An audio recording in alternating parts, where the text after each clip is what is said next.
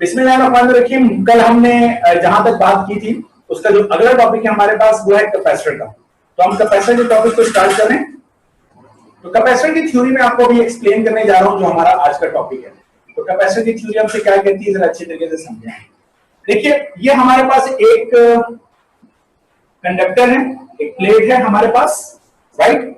इस वक्त इस प्लेट के ऊपर कोई चार्ज नहीं है, तो इस प्लेट का जो पोटेंशियल है, वोल्टेजेस है, वो कितने होंगे? जीरो होंगे। So no charge no potential. Okay, number one. अब मैं किसी मैकेनिज्म के थ्रू क्या कर रहा हूं, इस प्लेट के ऊपर चार्ज को स्टोर करवा रहा हूं। वो मैकेनिज्म कुछ भी हो सकता है, फिलहाल वो मेरा टॉपिक नहीं है मैकेनिज्म का, लेकिन मैं किसी तरीके से कोई मशीन है जिससे मैं चार्ज स्प्रे कर रहा हूं, या मेरे पास कोई चार्ज रॉड है जिससे मैं इस प्लेट को टच कर रहा हूं तो इस प्लेट पे चार्ज जा रहा है, व्हाटएवर। लेकिन बाय सम मींस मैं इस प्लेट के ऊपर चार्ज को स्टोर करवा रहा हूं। तो फर्स्ट करें, जब मैंने इसके ऊपर एक चार्ज स्टोर करवाया, चार्ज Q, तो जैसे मैंने चार्ज स्टोर करवाया तो इस प्लेट के जो है वो पोटेंशियल डेवलप हो गया। जैसे मैंने इस चार्ज को ज्यादा किया तो पोटेंशियल मजीद बढ़ गया। तो मुझे समझ में आ रहा है कि जितना चार्ज मैं प्लेट के ऊपर स्टोर करवा रहा हूं डायरेक्टली प्रोपोर्शनल है किसके? पोटेंशियल डिफरेंस के या वोल्टेजेस के। ये बात समझ में आ रही है? तो किसी कंडक्टर के ऊपर जितना चार्ज आएगा वैसे वैसे उस कंडक्टर का जो पोटेंशियल, जैसे जैसे इस कंडक्टर के ऊपर चार्ज आता रहेगा वैसे वैसे इस कंडक्टर का या इस प्लेट के वोल्टेजेस क्या करते रहेंगे? इंक्रीज करते रहेंगे। मैंने मजीद चार्ज इसके ऊपर स्टोर करवाया, मजीद वोल्टेजेस इंक्रीज करते चले गए, मजीद चार्ज स्टोर कराया, मजीद वोल्टेजेस इंक्रीज करते चले गए। जैसे जैसे चार्ज बढ़ाता चला जा रहा हूं वोल्टेजेस मेरे पास क्या होते जा रहे हैं? इंक्रीज होते जा रहे हैं। नाउ द क्वेश्चन इज, क्या मैं इस प्लेट के ऊपर जितना मर्जी चाहूं चार्ज स्टोर करा सकता हूं? तो इसका जवाब है जी नहीं, क्योंकि बहुत जल्द जब मैं इस पे एक्स्ट्रा चार्ज स्टोर कराने की कोशिश करूंगा तो चार्ज एक दूसरे को रिपेल भी तो करेंगे, और ये जो वोल्टेजेस है जैसे जैसे मैं चार्ज बढ़ाऊंगा तो ये वोल्टेजेस की वैल्यू भी ज्यादा होगी। तो बहुत जल्द ये चार्ज लीक होके एयर में जाना शुरू कर देगा। चार्ज कहां लीक होना शुरू कर देगा? एयर में लीक होना शुरू कर देगा। इसका मतलब है इस प्लेट की एक लिमिट है, उस लिमिट तक ये प्लेट क्या कर सकती है? चार्जेस को स्टोर कर सकती है। ये बात समझ में आ गई? ये हो गई बात नंबर एक। तो हमने कहा कि जो वोल्टेज, जो चार्ज है वो डायरेक्टली प्रोपोर्शनल है किसके? वोल्टेजेस की। और किसी प्लेट पे कितना चार्ज आ सकता है इसकी एक लिमिट है, एक कैपेसिटी है। तो जब हमने Q को इज इक्वल टू लगाया तो कांस्टेंट ऑफ प्रोपोर्शनलिटी C, और साथ में हमारे पास आया V, राइट। ये जो C है हमारे पास, दिस इंप्लाइज दैट ये C जो है this is Q upon V। इस C को हम कहते हैं कि दिस इज द कैपेसिटेंस। ये हमारे पास कैपेसिटेंस कहलाती है। चार्ज का यूनिट हमारे पास होता है कूलम, और वोल्टेज का यूनिट हमारे पास होता है वोल्ट। तो कूलम पर वोल्ट को हम पढ़ते हैं फैराड, और इसको किससे रिप्रेजेंट करते हैं? F से रिप्रेजेंट करते हैं। ओके, अच्छा, एक बात तो हमारे पास ये होगी। फिर बात ये है कि फर्ज करते हैं कि जब मैंने प्लेट के ऊपर चार्ज को स्टोर करवाना शुरू किया तो कैपेसिटेंस का ताल्लुक किस चीज के साथ है? ये क्वेश्चन कुछ ऐसे कह रही है कि कैपेसिटेंस का ताल्लुक चार्ज के साथ है, या कैपेसिटेंस का ताल्लुक वोल्टेज के साथ है। जी नहीं, ऐसी बात नहीं है। अगर मैं क्या करता हूं, C is equal to Q divided by voltages का मैं फॉर्मूला, कल हमने वोल्टेजेस के बारे में भी या पोटेंशियल के बारे में भी हमने बात की थी, आपको याद होगा इसकी वैल्यू थी 1/4 pi epsilon not Q upon R। ठीक है, K Q अपॉन R हमने पढ़ा था। ये सबसे नीचे वाला सबसे ऊपर चला जाएगा तो मेरे पास हो जाएगा Q multiply by 4 pi epsilon not into R divided by Q। इस Q से मैं Q को क्या कर रहा हूं? कैंसिल कर रहा हूं। तो मेरे पास C आ गया 4 pi epsilon not into R। इसमें 4 नंबर है, पाई भी एक नंबर है, एप्सिलॉन नॉट फ्री स्पेस की परमिटिविटी है which is again a constant. So capacitance का ताल्लुक किसके साथ हुआ? R के साथ हुआ। ये R क्या है? R को हम कहते हैं basically this is the size of plate. ये प्लेट का साइज है। इसका मतलब है किसी प्लेट के ऊपर कितना चार्ज आ सकता है, it depend upon size of the plate, it does not depend upon shape. याद रखिएगा, साइज ऑफ द प्लेट तो है लेकिन शेप नो करके लिखिए, शेप नो। शेप पे डिपेंड नहीं करता, किस पे डिपेंड करता है? साइज पर। अब मेरी बात मेरा ख्याल आप आसानी से समझ लेंगे अगर मैं आपको मिसाल दूं कि एक छोटी प्लेट है जिसमें आपने चावल लेना है और एक बड़ी प्लेट है जिसमें आपने चावल लेना है। आपने देखा होगा शादी ब्याह की तकरीब के अंदर हमारे पास एक छोटी प्लेट होती है जिसमें मीठा हम लेते हैं, और बड़ी प्लेट होती है जिसमें हम बिरयानी या सालन वगैरह लेते हैं। तो वो प्लेट जो छोटी प्लेट है, अगर उसमें आप चावल डालते हो तो चावल के दानों को आप चार्ज समझ लें। तो छोटी प्लेट है, छोटा साइज है, तो चावल कम आएंगे, यानी चार्ज कम स्टोर होगा। लेकिन अगर बड़ी प्लेट है तो ज्यादा चावल आ सकते हैं, मतलब चार्ज ज्यादा स्टोर होगा। इसका मतलब ये हुआ कि प्लेट का साइज मैटर करता है कि कितना चार्ज स्टोर होगा। ये इस पर मैटर नहीं करता कि जितना चार्ज ज्यादा होगा उतनी कैपेसिटी। वो ऑब्वियस सी बात है कि अगर हम चार्ज ज्यादा आएगा तो कैपेसिटेंस ज्यादा होगी, but capacitance does not depend upon charge. Okay, charge आप लाओगे तो कैपेसिटेंस बढ़ेगी ना। तो ये वैसी बात है, जैसे ग्लास की कैपेसिटी है या एक सिलेंडर है, हमारे पास एक पिस्टन है, उसके अंदर गैस है हमारे पास। अच्छा जी, तो हमारे पास जो कैपेसिटेंस है वो किस चीज के ऊपर डिपेंड कर रही है? वो साइज के ऊपर डिपेंड कर रही है। तो इस इक्वेशन से कभी ये मत समझना कि वोल्टेजेस की वजह से कैपेसिटेंस या चार्ज के ऊपर डिपेंड करती है, ऐसी बात हमारे पास नहीं है। ये तो हो गई हमारे पास एक सिंगल प्लेट की बात, कि हमने एक सिंगल प्लेट की बात की और हमने कहा एक सिंगल प्लेट के ऊपर कितना चार्ज स्टोर हो सकता है, it depend upon the size of the plate. फिर हमने कहा जितना चार्ज स्टोर करेंगे उतना पोटेंशियल इंक्रीज करता चलेगा, and there is a limit to store the charge, and beyond that limit वो जो चार्ज है वो लीक कर जाएगा एयर में। तो आप एक्स्ट्रा चार्ज जितना भी स्टोर करने की कोशिश करेंगे वो स्टोर नहीं होगा, बल्कि वो प्लेट से आउट होता रहेगा ना। अब इसका मतलब यह है कि मुझे कोई एक ऐसा तरीका चाहिए जिस तरीके से मैं इस प्लेट के ऊपर चार्ज तो ज्यादा स्टोर कराऊं, लेकिन इसके वोल्टेजेस अनइफेक्टेड रहें या वोल्टेजेस ड्रॉप हो जाएं। तो अगर मैं चार्ज ज्यादा कर दूं और वोल्टेजेस पर फर्क ना पड़े या वोल्टेजेस रिड्यूस हो जाए, तो somehow if I reduce the voltages I can store many charges on the plate। बिल्कुल सीधी सी बात है, सही है। क्योंकि अभी मैं आपसे क्या कह रहा हूं, अभी मैं आपसे ये कह रहा हूं कि अगर मैं चार्ज ज्यादा स्टोर करूंगा तो वोल्टेजेस भी इंक्रीज होगा, और वोल्टेजेस ज्यादा होगा, पोटेंशियल ज्यादा होने से चार्ज एयर में लीक होना शुरू हो जाएगा। सो मैं आपसे कह रहा हूं लिमिट है, लेकिन मैं कह रहा हूं कोई ऐसा तरीका मुझे पता चल जाए कि मैं वोल्टेजेस इंक्रीज ना हो या वोल्टेजेस डाउन हो जाएं जबकि मैं चार्ज स्टोर करता रहूं। तो इसका मतलब यह कि अगर वोल्टेजेस अपनी जगह पे मेंटेन हो जाएं या ड्रॉप हो जाएं और मैं चार्ज स्टोर करूं तो वो चार्ज प्लेट पे रहेगा। अब ऐसा कैसे हो सकता है? तो हम लोगों ने फिजिक्स में एक प्रिंसिपल नोट किया है। वो प्रिंसिपल ये है कि अगर किसी चार्ज प्लेट के पास आप एक और चार्ज प्लेट रख दें जिसमें इस प्लेट से या तो ऑपोजिट चार्ज हो, ठीक है, या इस प्लेट को आपने कनेक्ट किया हो किसके साथ? ग्राउंड के साथ। GROUND, ground. ग्राउंड का मतलब होता है जीरो पोटेंशियल। ग्राउंड का मतलब है हमारा जीरो पोटेंशियल। तो ग्राउंड से कनेक्ट किया हो, तो अगर हम दो प्लेट इस तरीके से बना लेते हैं कि उन दोनों पे एक दूसरे के ऑपोजिट चार्ज हो, तो याद रखिएगा उन प्लेट के ऊपर many of the charges without affecting the voltages, right. आप और भी चार्ज स्टोर कर सकते हैं प्लेट के ऊपर जबकि वोल्टेजेस अनइफेक्टेड रहेंगे। नाउ एक सिस्टम, अगर हम कहते हैं एक system of two plates separated by a distance, सही है, ये मेरा लफ्ज समझ में आ रहा है? मैं कह रहा हूं, ऐसे कह रहा हूं, system of two plates having opposite charges, जिन पे ऑपोजिट चार्जेस हों, and separated by a distance. तो ये जो मैंने डेफिनेशन लिखी है, ये डेफिनेशन किसकी डेफिनेशन है? कैपेसिटर की डेफिनेशन है, राइट। तो कैपेसिटर क्या होता है? हमारे पास दो प्लेट होती हैं, दोनों पे ऑपोजिट चार्ज होता है और दोनों के दरमियान जो एक डिस्टेंस भी हमारे पास होता है। तो एक सिस्टम जिसमें दो प्लेट होंगी, ऑपोजिट चार्ज होगा और कोई डिस्टेंस को हम दोनों को हमने आपस में सेपरेट किया होगा, तो ऐसे सिस्टम को हम कहते हैं कैपेसिटर। कैपेसिटर का प्रिंसिपल मैंने आपको बड़ी अच्छी तरीके से समझाने की कोशिश की है, कुछ सवाल हो तो आप पूछ सकते हैं, एक बार फिर मैं आपको बता दूं। कैपेसिटर का प्रिंसिपल आपसे क्या कहता है कि अगर किसी चार्ज प्लेट पर आप चार्ज स्टोर करोगे, अगर किसी प्लेट पर आप चार्ज स्टोर करोगे उसके वोल्टेजेस इंक्रीज करेंगे। अगर आप उस प्लेट के नेबरहुड में एक और प्लेट रख दो जिसपे ऑपोजिट चार्ज हो, या वो प्लेट किससे कनेक्टेड हो? ग्राउंड से कनेक्टेड हो, तो तब उस प्लेट के ऊपर जो चार्ज है वो मजीद स्टोर किया जा सकता है without affecting the voltages, right, without affecting the voltages. And this is the principle of the capacitor. Capacitor के अंदर, capacitor is the device which store the charges. अब चार्जेस कैसे स्टोर करती है कि हम दो प्लेट ले आते हैं एक दूसरे के करीब और उन पर चार्जेस स्टोर कराते हैं, क्योंकि दो प्लेट है, ऑपोजिट चार्जेस हैं, तो उनका वोल्टेजेस जो है वो या तो मेंटेन रहता है या ड्रॉप होता है। नतीजतन इंक्रीज करेगा लेकिन ऐसे इंक्रीज नहीं करेगा जितना एक सिंगल प्लेट का इंक्रीज कर रहा है, राइट। ये हमारे पास हो गया कैपेसिटर का प्रिंसिपल।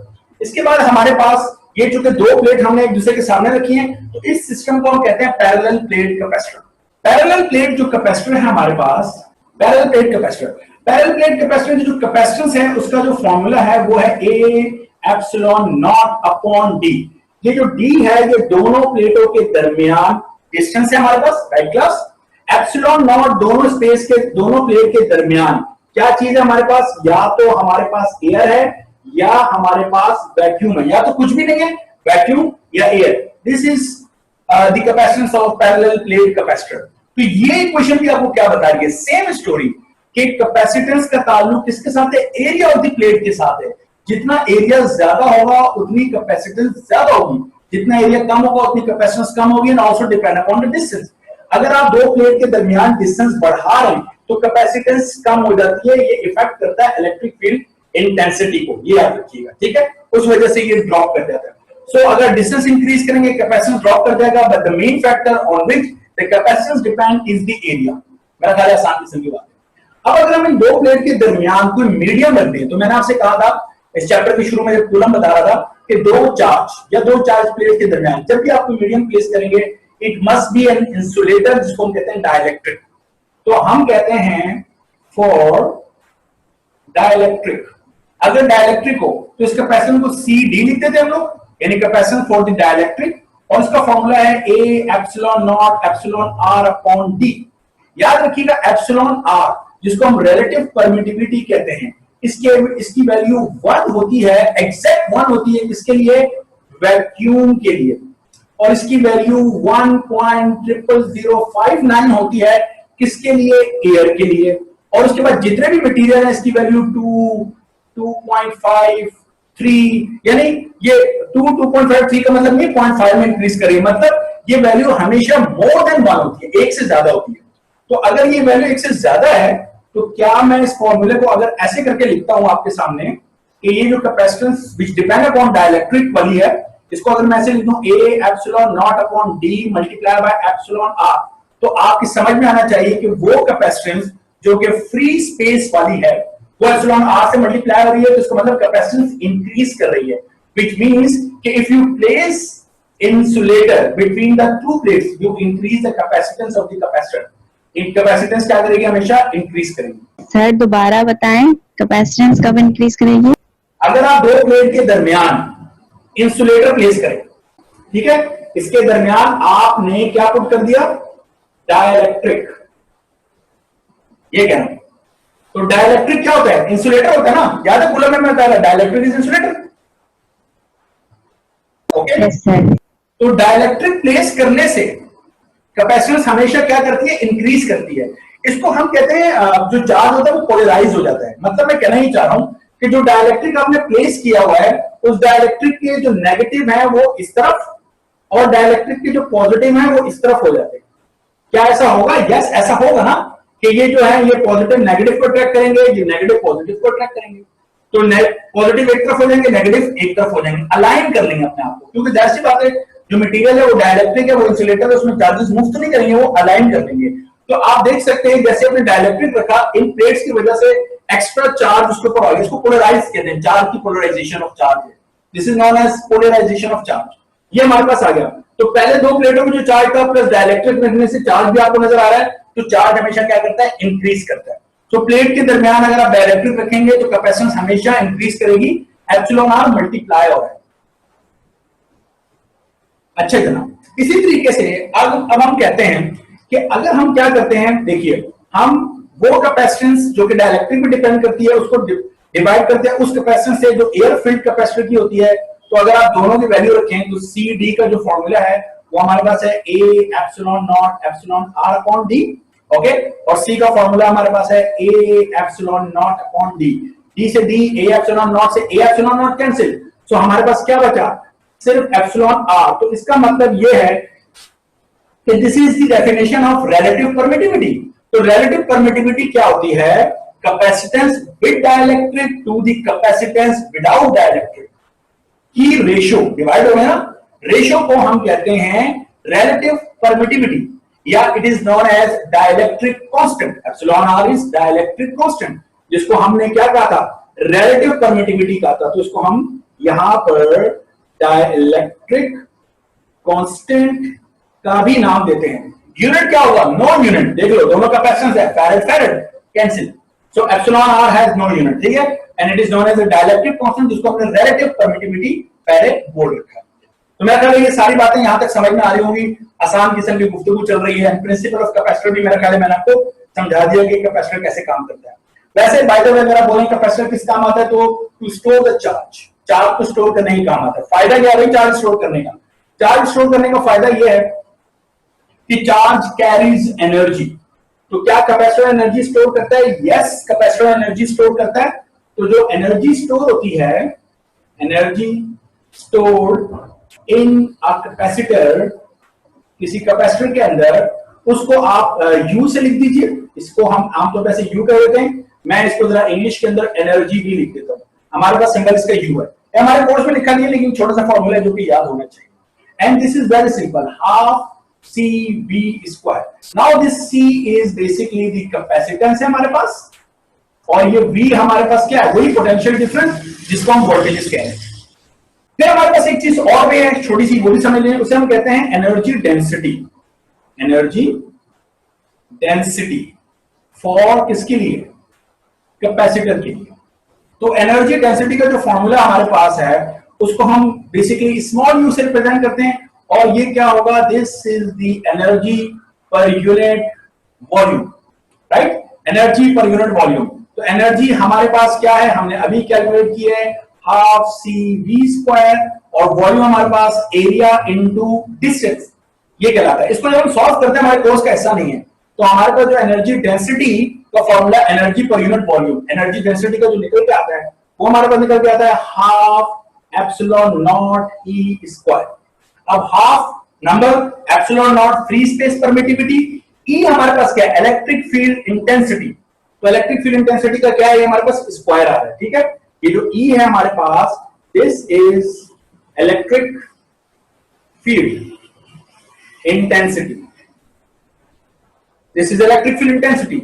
अब इसका मतलब ये हुआ कि जहां कहीं इलेक्ट्रिक फील्ड मौजूद है, याद रखिएगा, और फ्री स्पेस का मतलब है एयर। तो अगर ये जो स्पेस है मेरे पास इस वक्त, यहां पर अगर स्पेस में ये जो मैं पॉइंट जहां मैं बता रहा हूं, इस पॉइंट पर अगर किसी वजह से भी इलेक्ट्रिक फील्ड मौजूद है, ये पॉइंट किसके तौर पे काम करेगा, एक ऐसे पॉइंट के तौर पे काम करेगा which is storing the energy, जो कि एनर्जी को क्या कर सकता है, स्टोर कर सकता है। तो every point in the space can act as a point which can store the energy, right? And the amount of energy the amount of energy stored by that point will be calculated by this formula. So ये formula अगर ना भी याद रहे तो इतना बड़ा issue नहीं है, but I believe कि अगर इसको याद कर ले तो कुछ हो सकता है फायदा हो जाएगा, ठीक है। बट ये फॉर्मूला याद रहना चाहिए कि half CV square, C capacitance and V is voltages है हमारे पास। इसके बाद हमारे पास जो चीज है वो है, अगर एक कैपेसिटर जिसे हम कहते हैं कंपाउंड कैपेसिटर। देखिए कंपाउंड कैपेसिटर की कहानी कुछ ऐसी है कि ये हमारे पास दो प्लेट्स हैं कैपेसिटर की, राइट, और इसके दरमियान हमने जो फिल किया हुआ है, हमने पार्शियली फिल किया। तो ये जो है, this is known as partially filled dielectric. So simple. So if dielectric is partially filled between the two plates, this is known as compound capacitor. Definition समझ में आ गई? If partially filled dielectric is placed between the plate, or the space between the plate is partially filled with the dielectric, it is known as a compound capacitor. Compound capacitor की जो capacitance का formula है वो हमारे पास होता है A epsilon naught upon D minus P plus T upon epsilon R, ये हमारे पास है। अब इसमें सारी चीजें क्या मैं बता देता हूं। डाइलेक्ट्रिक की थिकनेस को हम T कहते हैं, ओके, और बाकी जो जहां पे डाइलेक्ट्रिक भरा हुआ नहीं है, अगर दोनों प्लेट के दरमियान डिस्टेंस मेरे पास कितना है, T है, तो इस पूरे D में से T निकाल दो, तो बाकी वो जगह जहां एयर है वो क्या होगा, D माइनस T। तो D माइनस, सर एक बार ये कंपाउंड कैपेसिटर दोबारा से बता दे, मैं डिस्कनेक्ट हो गई। देखो मैं ये कह रहा हूं कि दो प्लेट्स हैं मेरे पास कैपेसिटर की, और इन दो प्लेट्स के दरमियान ये स्पेस है, कैपेसिटर की दो प्लेट्स और प्लेट के दरमियान ये स्पेस है। इस दफा ये स्पेस मैंने डाइलेक्ट्रिक से भरी है, लेकिन पार्शियली भरी है। पूरी स्पेस को डाइलेक्ट्रिक से नहीं भरा, बल्कि कुछ को भरा है, थोड़ा सा छोड़ दिया है। कितना छोड़ा है, लेकिन छोड़ा है बाहर। तो हम कहते हैं कि अगर पार्शियली फिल्ड डाइलेक्ट्रिक हो, पार्शियली फिल्ड डाइलेक्ट्रिक, तो दो प्लेट के दरमियान पार्शियली फिल्ड डाइलेक्ट्रिक से जो चीज बनती है उसे हम कहते हैं compound capacitor. So if between the two plates you put a dielectric which is not completely filling the space but partially filling the space, then this capacitor is known as compound capacitor. और इसकी capacitor formula होता है A epsilon naught divided by T minus T plus T upon R। ये T क्या है, जो dielectric आपने डाला है ये उसकी थिकनेस है डाइलेक्ट्रिक की, यहां से यहां तक दोनों प्लेट के दरमियान जो डिस्टेंस है वो मेरे पास है D। तो D में से T को निकाल दो, तो ये कितना बचा, D माइनस टी। तो D minus T is the air filled space, air filled space. T is the thickness of the dielectric, thickness of the dielectric.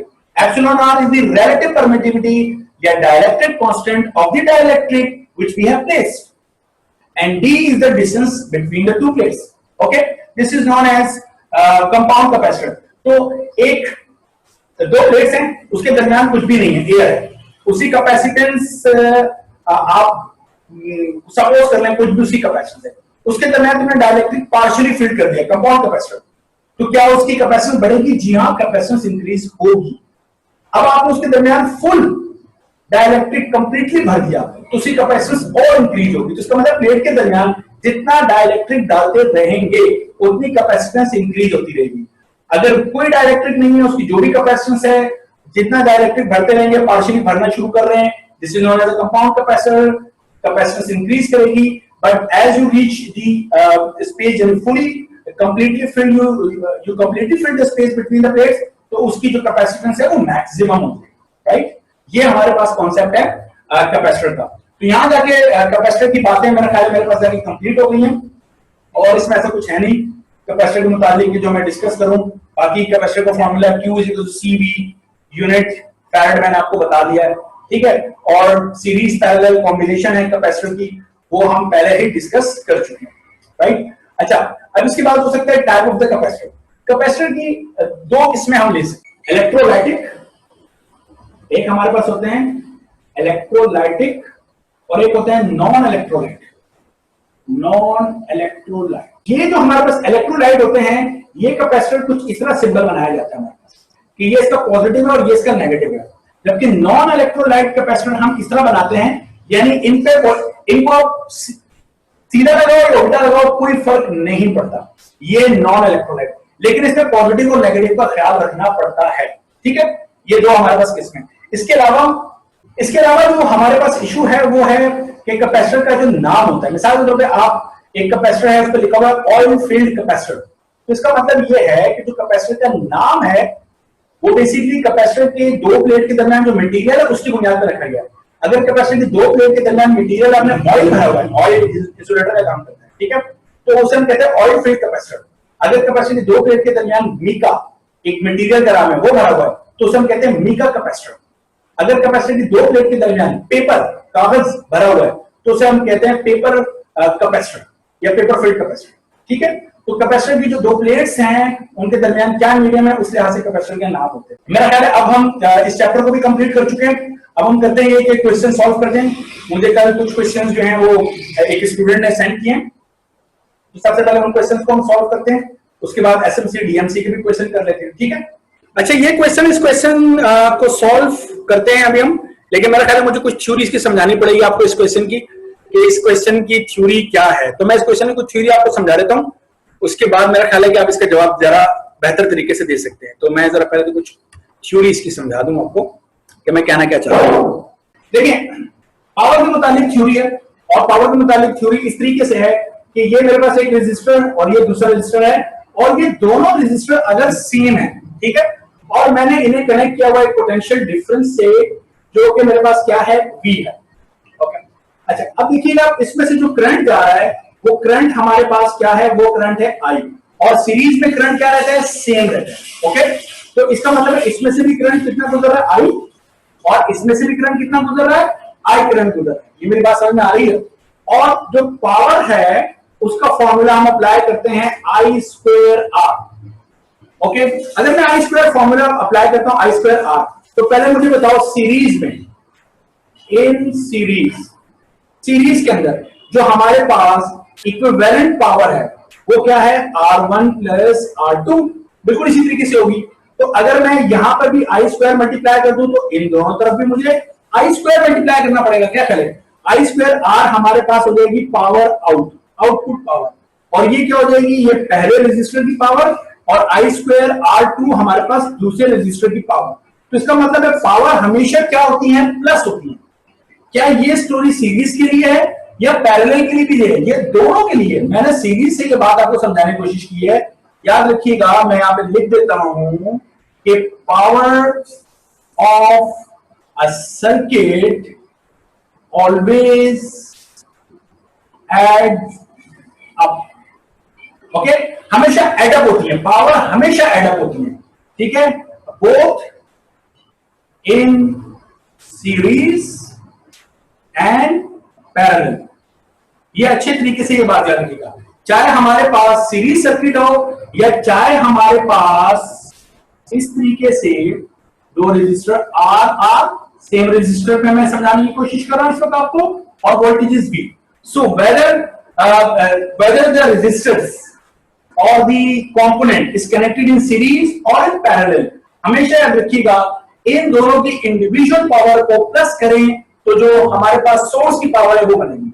यही स्टोरी यहां पर चलेगी, राइट। तो टोटल पावर हमें इसी तरीके से मालूम होगी हमेशा। तो ये फॉर्मूला याद रखिएगा कि पावर आउटपुट हमेशा पहले की पावर प्लस दूसरे की पावर के बराबर होता है। अच्छा, साथ में एक बात और आपने याद रखनी है, एक एक्स्ट्रा बात, और वो एक्स्ट्रा बात ये है कि देखिए, जिस तरह अभी मैंने पावर का फॉर्मूला लिखा था, अगर मैं ये कहता हूं कि पावर जो है वो हमारे पास होता है V स्क्वायर अपॉन R, ये भी तो फॉर्मूला है ना पावर का। इससे मैं एक बात समझाने की कोशिश कर, अगर ये R को मैं कह देता हूं इक्विवेलेंट, तो मुझे बताओ इक्विवेलेंट सीरीज में इक्विवेलेंट क्या होता है, सिंपल एडिशन होती है। तो सीरीज में अगर मैं लिखता हूं फोर सीरीज की, यानी पावर सीरीज के लिए बात कर रहा हूं, हमारे पास क्या हो जाएगी V स्क्वायर अपॉन, और सीरीज में इक्विवेलेंट कितना होता है 2R।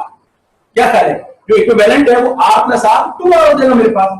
इसी तरीके से अगर मैं बात करता हूं फॉर पैरेलल की बात करता हूं, तो मेरे पास पावर जो है पैरेलल के लिए वो क्या हो जाएगी V स्क्वायर अपॉन, अब मुझे बताओ इक्विवेलेंट रेजिस्टेंस पैरेलल में क्या होती है, R और R। तो आप मेरा ख्याल है बड़ी आसानी से जवाब पे पहुंच चुके होंगे, क्योंकि सीरीज पैरेलल हमने पढ़ा है। वो क्या होती है हमारे पास, इक्विवेलेंट रेजिस्टेंस हमारे पास होती है R अपॉन 2। अगर R और R को 1 upon R plus 1 upon R करें तो R अपॉन 2 फाइनल आंसर बन जाए। तो ये हमारे पास फॉर्मूला हो जाएगा R अपॉन 2। ये जो नीचे वाले 2 है सबसे ऊपर लेके चले जाओ तो ये हो जाएगा इस तरीके से। तो बहुत अहम चीज है जो समझनी है, वो ये है कि पावर सीरीज में हमेशा कम होती है और पावर पैरेलल में हमेशा ज्यादा होती है। तो ये हो गई डिवाइडेड बाय 2, ये हो गई मल्टीप्लाई बाय 2, ये आधा हो गया और ये मल्टीप्लाई बाय 2, तो ये 4 टाइम इंक्रीज कर गया। तो सीरीज से पैरेलल में जो पावर है 4 टाइम्स ज्यादा है, ठीक है। याद रखिएगा parallel has 4 times more power than series. Parallel की पावर सीरीज से 4 टाइम्स ज्यादा होती है। तो अगर आपको ज्यादा पावर लेनी है तो आप चीजों को पैरेलल में कनेक्ट करें, राइट। मेरा ख्याल ये बात समझ में आ गई। लेकिन पावर कैसे निकालनी है, सीरीज हो या पैरेलल हो, you have to calculate the power by simple addition, P1 plus P2 plus P3 so and so forth. मेरा ख्याल ये बात समझ में आ गई। अच्छा जी, अब इस सवाल का जवाब मुझे बताइए आप लोग। 3 आइडेंटिकल बल्ब है, 60 वोल्ट है, हर एक की पावर कितनी है मेरे पास 60 वोल्ट है और 200 वोल्ट की रेटिंग है। रेटिंग से मुझे कोई फर्क नहीं पड़ने वाला, यानी हर बल्ब कितने से चल रहा है, 200 वोल्ट से चल रहा है। तो तीनों की जो पावर है 60 वोल्ट है और उसको सीरीज में लगा दिया 200 वोल्ट की सप्लाई से, इससे भी फर्क नहीं पड़ेगा, ठीक है, क्योंकि वो हमसे कह रहा है पावर कितनी ड्रॉ करेगा। तो पावर सिंपल क्या होती है, सिंपल एडिशन होती है। तो 60 प्लस 60 प्लस 60 जी बेटा 180। Option A. Option A. Option A, ये जो क्वेश्चन है इस क्वेश्चन से सॉल्व करें। दो इलेक्ट्रिक बल्ब हैं 200 watt 100 watt, have same voltages, voltages same है। तो कह रहे हैं if R1 and R2 be their resistance respectively, तो रिस्पेक्टिवली का मतलब ये बना कि जो 200 वॉट है उसकी रेजिस्टेंस R1 है और जो 100 वॉट है उसकी रेजिस्टेंस R2 है, वोल्टेजेस दोनों के सेम है। तो इस रेजिस्टेंस की वैल्यूज क्या बनने नीचे उसने दी हुई है, ये मालूम करने को वो कह रहे हैं। ये कुछ इस तरीके से हम करने जा रहे हैं। पावर P1 है, रेजिस्टेंस R1 है, वोल्टेजेस V है। पावर P2 है, रेजिस्टेंस R2 है और वोल्टेजेस V है। पहले की पावर है मेरे पास 200 और रेजिस्टेंस R1, वोल्टेजेस V। दूसरे की पावर है मेरे पास 100, resistance R2, voltages V। P, R और V, तो पावर का फॉर्मूला मेरा ख्याल है आप यही लगाएंगे V²/R। मेरा ख्याल बिल्कुल ठीक बात है। तो इस R को इस तरफ लेके चले जाऊं तो P × R, this is V²। क्या करें, अब वोल्टेजेस सेम है, तो अगर मैं कहता हूं V² तो P1 R1, और इसी तरीके से मैं कह सकता हूं कि P2 R2 किसके बराबर होगा, V² के।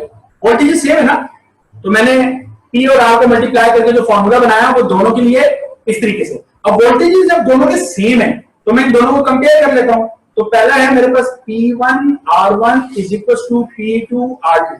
समझ में आई बात? दोनों की left hand right hand side same है तो दोनों की लेफ्ट हैंड साइड आपस में इक्वल होगी, क्योंकि वोल्टेजेस सेम है, उससे कहा हुआ है। हाँ भाई, पावर कितनी है P1 200, साथ में है R1। P2 कितनी है हमारे पास 100 × R2। आसान है, तो 20 से 20 कैंसिल कर दो तो हमारे पास ये कितना हो जाएगा 2R1। किसके बराबर आया, R2 के बराबर आया। आंसर चेक कर लें, ऑप्शन बी ठीक है। Wire of radius R, sorry radius R है, उसकी रेजिस्टेंस कैपिटल R है। अगर हम उसको स्ट्रेच करके रेडियस को हाफ कर दें तो रेजिस्टेंस कितनी हो जाएगी? ये मेरा ख्याल है एक आसान सी बात है, इसमें कोई इतना इशू नहीं होना चाहिए। मैं आपको अभी कंपैरिजन करके बता देता हूं। देखो, हम जानते हैं कि R का फॉर्मूला होता है ρL/A। मेरा ख्याल है ये आसान किस्म की बात है, आसान फॉर्मूला। मैं आपसे ये कह रहा था, हम जानते हैं कि रेजिस्टेंस का फॉर्मूला होता है ρL/A। अब ये क्या है, क्रॉस सेक्शनल एरिया, तार की जो गुलाई है, ये जो गुलाई क्रॉस सेक्शनल एरिया, ठीक है ना, यानी ये मार्कर है ना, इसको ऐसे काटे तो क्रॉस सेक्शनल एरिया। तो क्रॉस सेक्शनल एरिया क्या है, सर्कल है, और सर्कल का एरिया क्या होता है, फॉर्मूला πr²। तो हम इस फॉर्मूले को लिख सकते हैं R = ρL/πr²। सो चीजें बड़ी सिंपल सी हैं। लेंथ बढ़ाने से रेजिस्टेंस बढ़ती है, क्रॉस सेक्शनल एरिया बढ़ाने से रेजिस्टेंस कम होती है, लेकिन क्रॉस सेक्शनल एरिया की जगह हम ले और रेडियस को, तो रेडियस पर है स्क्वायर, तो इसका मतलब है कि रेडियस और रेजिस्टेंस में इनवर्स रिलेशन है। अगर रेडियस है ज्यादा और जनाब अली रेडियस है कम, ये रेडियस कम है, ये रेडियस ज्यादा है, तो अगर रेडियस ज्यादा होगा तो रेजिस्टेंस कम होगी। ये बात समझ आ रही है?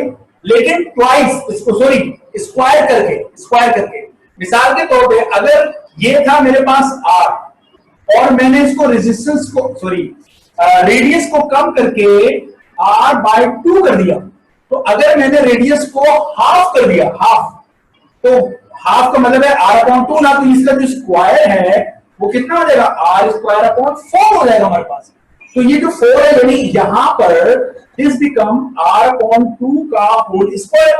तो जो रेजिस्टेंस है वो ρL/π, ये स्क्वायर आप लगाओ तो π² वही फार्मूला बन गया, लेकिन ये नीचे वाला जो 2 है ये 4 बन गया और सबसे नीचे वाला सबसे ऊपर चला जाता है। तो R जो है वो 4 टाइम्स ρL/πr², 4 टाइम इंक्रीज करेगी रेजिस्टेंस। और ऑब्वियस सी बात, एक मिनट शामू, अब नहीं मैंने बोलना, उधर चले जाओ। और ऑब्वियस सी बात है कि रेजिस्टेंस का रेडियस का रेजिस्टेंस से इनवर्स रिलेशन है।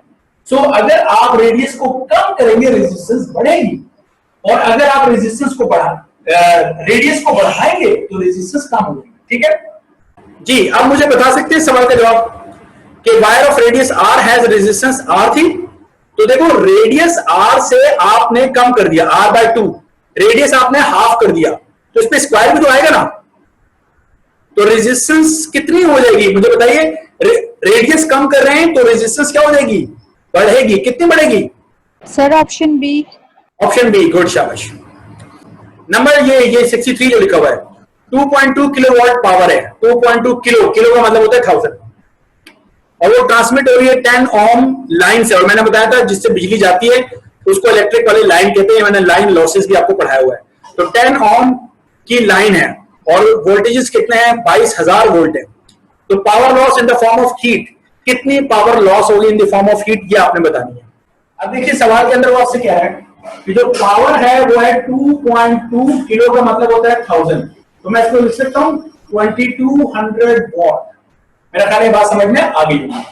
फिर वो कह रहा है कि जिस लाइन से ट्रांसमिट हो रही है उसकी रेजिस्टेंस हमारे पास कितनी है, 10 ओम की रेजिस्टेंस है, जबकि जो वोल्टेजेस हैं वो हमारे पास कह रहा है 22,000 वोल्ट है। तो मुझे कह रहा है कि पावर जो है वो जो हीट के तौर पे लॉस हो रहा है वो कितना है। तो हमने आपसे कहा था कि जो हीट लॉस होती है एज पावर के तौर पे उसको हमने लिखा था, क्या लिखा था, I²R। ये हमारे पास फॉर्मूला था। इसका मतलब है R तो हमारे पास है 10 ओम, मुझे क्या चाहिए, I चाहिए। तो मैं इसको क्वेश्चन नंबर 1 का नाम दे देता हूं। I मालूम करना कोई इशू नहीं है, मेरे पास पावर दी हुई है और पावर जो है वो मेरे पास होता है VI। क्या ख्याल है, P इक्वल VI होता है हमारे पास पावर।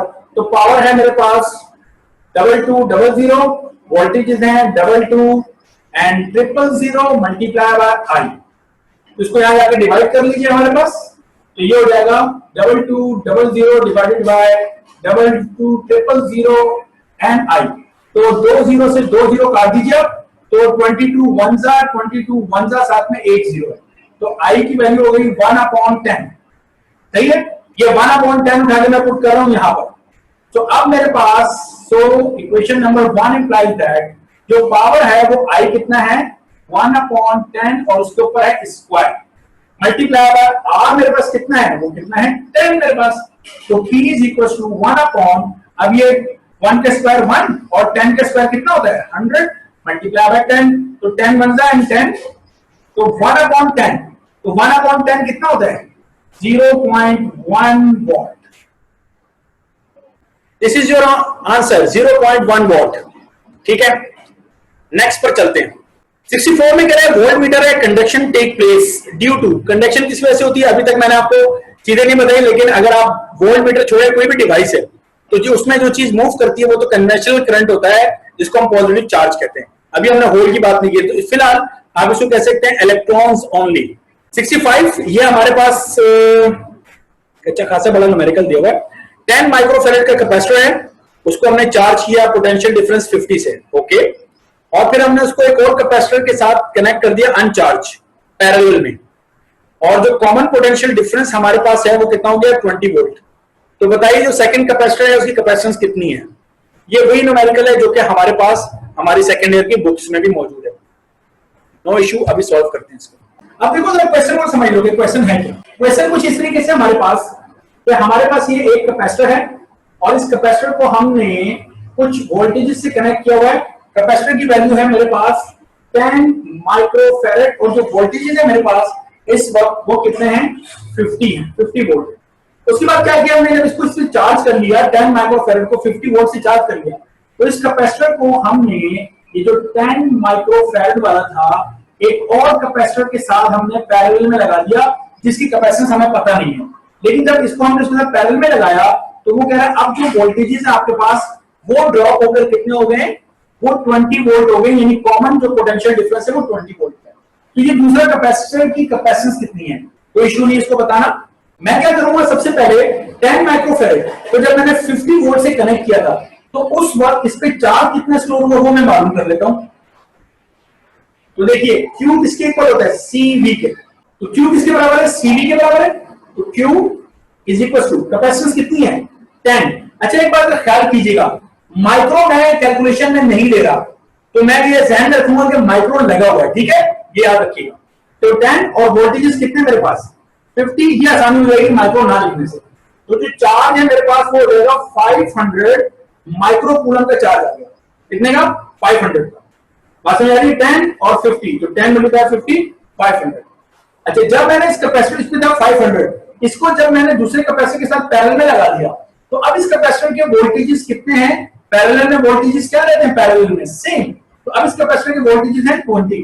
तो मैं देखता हूं कि अब इस पे चार्ज कितना रहेगा। नाउ मैं देखना चाहता हूं कि charge on 10 microfarad when voltages कितने हैं? 20 वोल्ट है मेरे पास। तो अभी हम देख लेते हैं Q किसके बराबर होता है? CV के। तो Q C हमारे पास कितना है? 10। Okay class. और V वोल्टेजेस कितने हैं? 20। तो ये मेरे पास हो गया 200 माइक्रो कूलम। यहां 10 के साथ माइक्रो लिखा था। तो पहले 500 था, अब चार्ज रह गया कितना? 200। तो इसका मतलब है कि 500 इस पे 500 था, जब यहां पे इसके साथ लगाया 200 रह गया, तो कितना चार्ज कम हुआ? तो मैं कह रहा हूं डिफरेंस ऑफ चार्ज, चार्ज का जो फर्क आया वो कितना है? 500 माइनस 200 तो कितना है? 300 माइक्रोकूलम। तो ये 300 माइक्रोकूलम कहां गया भाई? 500 था ना, 200 है, ये कहां गया? इससे मतलब जो है कि वो दूसरे कैपेसिटर पे क्या हो गया? स्टोर हो गया। इससे निकला तो दूसरे पे स्टोर हो गया, जिसके साथ पैरेलल में कनेक्ट किया हुआ है। तो मैं ये कह सकता हूं दिस इंप्लाइज दैट कि charge on C is 300 microcoulomb. इस पे चार्ज मुझे पता चल गया कितना है? 300 माइक्रोकूलम। अब पैरेलल में वोल्टेजेस सेम रहते हैं, ऑल्सो इसके जो वोल्टेजेस हैं वो कितने हैं? वो 20 हैं। तो इसी कैपेसिटेंस मालूम करना है, क्या मसला है? Q is equals to CV, so this implies that C किसके बराबर हो जाएगा? ये V को डिवाइड कर दो, Q अपॉन V के बराबर हो जाएगा। तो Q मेरे पास कितना है? Q 300 माइक्रो साथ में लगा हुआ है, ख्याल कीजिएगा, और डिवाइडेड बाय V कितना है मेरे पास? 20। तो 0 से 0 कैंसिल, एंड 2 1 था एंड 2 15 था, तो 15 माइक्रो, और साथ में यूनिट क्या आएगा? फैराड। 15 micro farad.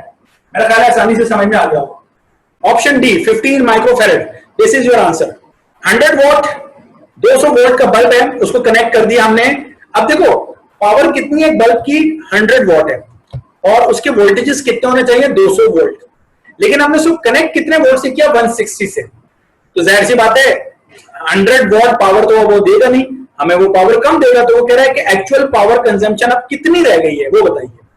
तो इसको भी हम अभी सॉल्व कर लेते हैं, कोई इशू नहीं है। देखिए पावर हमारे पास थी 100 वॉट, ओके, और इसके वोल्टेजेस थे हमारे पास 200, और हमने जो अप्लाइड वोल्टेजेस हैं वो हमने कर दिए जनाबे अली 160। तो अब बताइए पावर कितनी है? तो सबसे पहले तो देखिए, अगर मैं पावर का फॉर्मूला लगा, सबसे पहले मुझे देखना है कि जो बल्ब मैंने कनेक्ट किया उस बल्ब की रेजिस्टेंस कितनी। तो मैं यहां से ये कहना चाह रहा हूं कि हम जानते हैं कि P बराबर होता है V स्क्वायर अपॉन R के। तो R किसके बराबर हो जाएगा? R V square upon P के। तो V हमारे पास कितना है वोल्टेजेस? 200। तो 200 पे square divided by P, power हमारे पास कितनी है? 100। तो ये हमारे पास आ जाएगा 4 और साथ में 4 जीरो। स्क्वायर है ना, तो जीरो भी डबल कर दो 4, और ये स्क्वायर 2 पे लगाया तो 4 अपॉन 100। तो 2 जीरो से 2 जीरो कैंसिल कर दें, तो R हमारे पास आ गया 400 ohms। अब हमारे पास पावर हमने निकालना है, तो कोई इशू नहीं है। अब देखिए अगर हमें पावर निकालनी है तो हम लगाएंगे दोबारा V स्क्वायर अपॉन R। अब हमारे पास वोल्टेजेस कितने हैं? 160, और उसके बाद हमने स्क्वायर अप्लाई किया और डिवाइडेड बाय R। R हमारे पास कितना निकल चुका है? वो है हमारे पास 400। तो 160 का जो स्क्वायर है वो 16 का स्क्वायर कितना होता है? 16 का 256, और साथ में ये जीरो है तो उसको भी डबल कर दीजिए, एंड डिवाइडेड बाय 400। तो 2 जीरो से 2 जीरो कैंसिल कर दीजिए, अब 256 है, 4 है। तो मेरा ख्याल है 4 की टेबल से हो जाएगा 4 1 जा 4, एंड 4 6 जा कितना होता है? 24, और 1 इधर चला गया 16, तो 4 4 जा 16। तो हमारे पास जो पावर आ गई वो आ गई 64 what. 64 what, option A 64 what. Clear है? अच्छा मैं एक चीज समझाना चाह रहा हूं, ये देखो लिखा है 16, 160 पे स्क्वायर था, तो इसको मैंने क्या लिया? 16 मल्टीप्लाई बाय 10 और होल स्क्वायर। तो मैंने कहा ये है 16 स्क्वायर मल्टीप्लाई बाय 10 स्क्वायर। तो फिर मैंने कहा कि ही 16 का स्क्वायर है 256, और 10 का स्क्वायर है कितना? 100। तो मैंने कहा 256 और 0 0। ये बात भी समझ में अब आ गई होगी। अगली बात, 16 का मैंने स्क्वायर कैलकुलेट करना मैं कैसे करूंगा? मैं यहां 3 डिजिट लिख रहा हूं। सबसे पहले मैं 6 का स्क्वायर करूंगा, तो 6 का स्क्वायर कितना होता है 36। इसमें से ये जो 6 है ये पहले लिखूंगा और ये 3 में कैरी लूंगा, कैरी, तो ये मैंने कैरी लिया, ये इधर आ गया, बहुत से दिखते हैं। तो उसके बाद 1 का स्क्वायर करेंगे, तो 1 का स्क्वायर कितना होता है 1। ये स्टेप समझ में आ गया। पहले नंबर का स्क्वायर करो, उसमें से जो ये कह रहा था ना मैथ्स में यूनिट, 100, 1000, 10,000, याद है ना, तो यहां यूनिट आएगा, तो ये आएगा 6 इस जगह पे, 3 कैरी जाएगा, कैरी इसके ऊपर लिखा है यहां पे 3, और फिर इसका स्क्वायर करना है, ये यहां पर आ गया। ये हो गया स्टेप नंबर 2। इन तीनों को मल्टीप्लाई कर दो, तीनों को, 1 6 द 6 एंड 6 2 द 12, वो यहां लिखा जाएगा। हो गया। अब ये क्या है 6, 12 में 3 डालें 15, तो 5 और 1 ऊपर, और 1 और 1 2, दिस इज 256। 59 का स्क्वायर बना जी, 9 का स्क्वायर कितना होता है 81, तो 1 इधर आया और 8 कैरी में चला गया। 5 का स्क्वायर कितना होता है 25, उसके बाद इन तीनों को मल्टीप्लाई करना है, तो 5 9 जा 45 एंड 45 2 जा 45 45 90, तो कितना हो गया 90। ये बात समझ में आ गई। तो ये कितना हो गया हमारे पास 1, और 90 का ये 0, सॉरी 90 का ये 0 और 9 कैरी ऊपर जाएगा। ओके, ये हो गया हमारे पास। और ये 8 और 25 के अंदर 9 को ऐड करो, कितना बनता है 34, तो 3 4 8 1। जी ये क्वेश्चन देखिए, the potential difference between the terminal of the battery in open circuit is 2.2। Open circuit, जी जनाब ओपन सर्किट 2.2 है। व्हेन इट इज कनेक्टेड, किसको कनेक्ट किया, बैटरी को कनेक्ट किया, अक्रॉस द रेजिस्टेंस, एक रेजिस्टेंस जिसको लोड भी कह सकते हैं 5 ओम, उसे कनेक्ट किया, तो पोटेंशियल जो ड्रॉप हो गया 1.8 वोल्ट रह गया। कह रहे इंटरनल रेजिस्टेंस कितनी है बैटरी की, ये बताइए।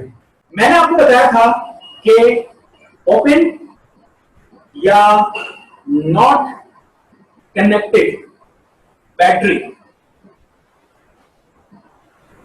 के ईएमएफ और वोल्टेज एक ही चीज होते हैं। तो ये तो आ गया हमारे पास ईएमएफ, याद है मैंने कहा था जब कनेक्ट नहीं करते तो ईएमएफ होते हैं। और जो कनेक्टेड बैटरी होती है, कनेक्टेड बैटरी, उसके हमारे पास वो जो भी वोल्टेजेस होंगे वो हमारे पास टर्मिनल वोल्टेजेस कहलाएंगे, अगर आपको ईएमएफ वाली बातें नहीं याद है। अब वो साफ फरमा रहे हैं कि जो ओपन सर्किट है यानी ईएमएफ वो है मेरे पास 2.2 वोल्ट, और जब हमने उसको एक्सटर्नल चीज से कनेक्ट कर दिया, लोड या जो भी है, तो वो रेजिस्टेंस है हमारे पास 5 ओम्स, 5.0 का मतलब है 5। और क्या है इस वक्त जो वोल्टेजेस ड्रॉप हो गए टर्मिनल वोल्टेजेस कनेक्टेड बैटरी के, वो हमारे पास बन गए, वो बता रहे हैं कि 1.8 वोल्ट, ये हमारे पास होंगे। और हमें इंटरनल रेजिस्टेंस आर मालूम करनी है कि इंटरनल रेजिस्टेंस कितनी है। तो हम इसको कैसे सॉल्व कर सकते हैं जी बताइए।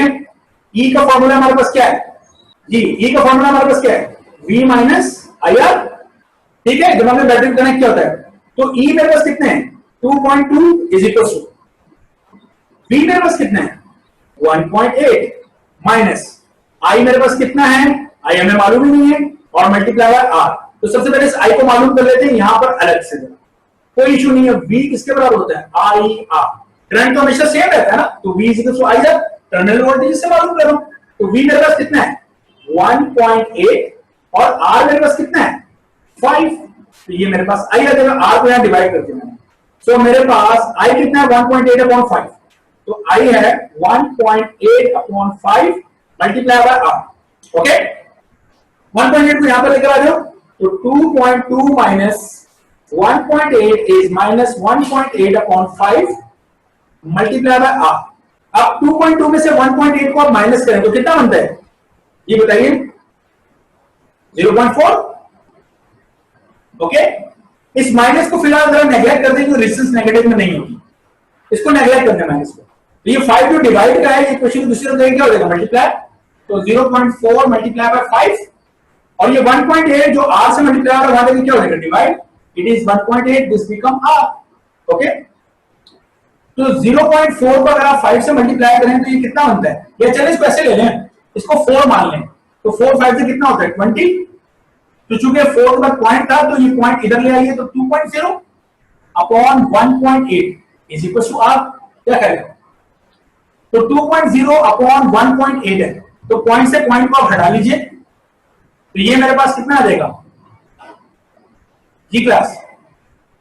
इसको आप ऐसे भी समझ सकते हैं ना, इज 2 अपॉन 18, 1.8 को आप 18 ले लीजिए, तो एक्सपोनेंट कितना है -1 है मेरे पास, वो -1 हम ऊपर लेके चले जाएंगे, ठीक है, तो वो +1 हो जाएगा इज इक्वल टू आर। तो इसको सॉल्व कर लीजिए, तो 2 1 2 एंड 2 9 18, 1/9, तो 1/9 कितना बनता है हमारे पास, 9 1 9, तो फिर 1 आ गया, तो 0.11, तो ये 0.11 multiply by 10 is equal to R. तो 10 को इससे मल्टीप्लाई करेंगे तो 1.1, this is your internal resistance. ये रहा भाई 1.1, ओके 1.1 जी। Power delivered to R is given by, power का फॉर्मूला बताओ भाई, कौन सा फॉर्मूला सही लिखा हुआ है। P is equal to I B होता है, आई आर नहीं होता। P आई स्क्वायर आर होता है, आई अपॉन आर नहीं होता। P आई स्क्वायर आर बिल्कुल ठीक लिखा हुआ है, आर अपॉन आई नहीं होता। तो ये फॉर्मूला बड़ा सिंपल सा क्वेश्चन था ये। अच्छा, अब ये if the resistance in 3 successive arm of the balance Wheatstone bridge, Wheatstone bridge का आगे आप मैंने पढ़ा नहीं है लेकिन मैं फिर भी बता देता हूं। तो बैलेंस है, बैलेंस व्हीटस्टोन ब्रिज जो है उसमें रेजिस्टेंस 1 2 एंड 3 है रिस्पेक्टिवली, ओके। तो रेजिस्टेंस फोर्थ की क्या होगी, चौथे बाजू की क्या होगी, 1 2 3 है। ये जो व्हीटस्टोन ब्रिज है आपने देखा होगा, इस तरीके से हम बनाते हैं, एक रेजिस्टर यहां पर लगा होता है हमारे पास, एक यहां पर लगा होता है रेजिस्टर, और एक रेजिस्टर हमारे पास यहां लगा होता है, और एक रेजिस्टर यहां है, ये है। अच्छा, होता है ये, इसको हम कहते हैं R1, इसको हम कहते हैं R2, इसको हम कहते हैं R3 और इसे हम कहते हैं R4, ठीक है। बैलेंस का मतलब जो होता है कि यहाँ एक गैल्वानोमीटर दरमियान लगा होता है जो डिफ्लेक्शन कितना देता है 0, तो उसे कहते हैं बैलेंस। जो व्हीटस्टोन ब्रिज है उसके बैलेंस व्हीटस्टोन ब्रिज का जो फॉर्मूला है वो होता है R1 upon R2, R3 upon R4। ये अब R1 दिया 1, R2 दिया 2, R3 दिया 3 और कह रहा है R4 बताइए, कोई इशू नहीं है, क्रॉस मल्टीप्लाई कर दो, R4 को 1 से करो तो कितना हो जाएगा R4, और 2 को 3 से करो कितना हो जाएगा 6। ये रहा आपका answer 6। Yes, the change in resistance of the metallic conductor, metallic conductor की जो रेजिस्टेंस चेंज होती है found to be nearly over a considerable range of temperature. कौन से टेम्परेचर से हम ऊपर उसको लेते हैं, तो मैंने आपको थ्योरी सारी समझाई थी, जो था टेम्परेचर डिपेंड अपॉन रेजिस्टेंस। तो मैंने आर टी का फॉर्मूला क्या बताया था, R naught resistance at 0 degree Celsius से हमारा रेफरेंस टेम्परेचर शुरू होता है। So above and below 0, no. Above 0 Celsius, no. Below 0 Celsius, no. At 0 Celsius. So 0 degree Celsius is the reference temperature by which we measure the resistance of a metallic conductor. कि how much the resistance change. ठीक है ये बात।